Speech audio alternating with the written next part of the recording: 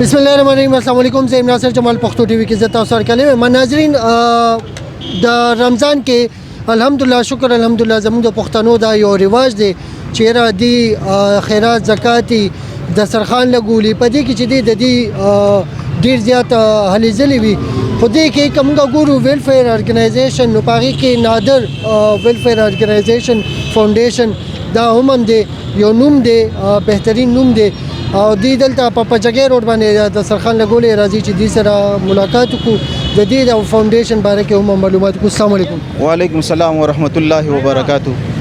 نظر سے پورا نوم د فاونډیشن ضرورت تاسو څنګه راغو د خپل فاونډیشن باره کې لګول؟ زمونږ د فاونډیشن چې کومه نامه ده هغه نادر ویلفیر فاونډیشن ده. زه خپل هغه چې کوم چیرمن ما او زما ډېر مودې نه دا یو خواهش و چې د خپل غریب ولس یتیم او لاچار او بے سهاره خلکو مدد وکم.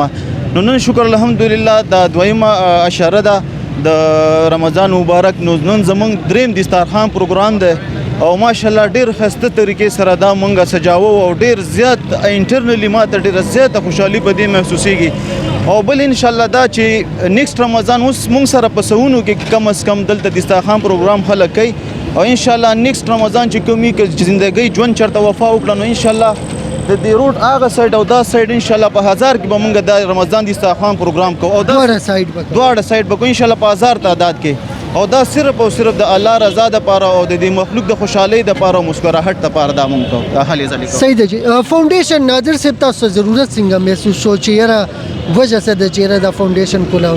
سرجی وجه دا د مین وجه دا د کزه تاسو اوس په موبایل کانټیکټ لیست وخه ما ډی ای خان داسې پېښور نه مختلف سیجز نه ماته اوسم کالونه میسیجونه راځي دینه وړاندې مونږه پیلنۍ اشاره کې چې کوم کې مونږه خپل رمضان پیکیج وکړو او هغه ماشاءالله مونږ ډیر ښه طریقې سره دا غي چې کوم هغه پروف دی هغه زمونږ په چینل باندې پروت دی. زمونږ چینل نامه چې کوم د یوټیوب او فیسبوک چینل باندې دا غي ارس ډیټا بالکل بایو ډیټا پرته د اوس باندې ریکارډ چې هغه پیکیجونه مونږه یتیم غریب لاچار او بے سهاره خلکو ته مونږ ورسول کوم چې مستحق هغه یو کس پس مونږ بالکل داسې تلیو بازار ته کوسو ته او هغه ته مونږ خپل امانت رسول ده.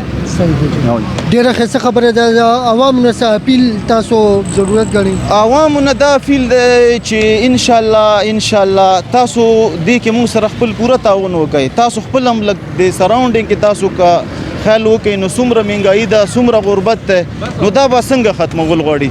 دې ته به خصوصي ذریعہ سره پلیټ فارم به خو دې ته مونږ جوړو کنه نو ان شاء الله زمونږ د امید ده چې تر څو پورې زه ژوندم ان شاء الله دا زما د الله نه توقع امید ده چې دا هلې ځلې به زه کوم او زه به مستحق ځای ته ځان رسوم.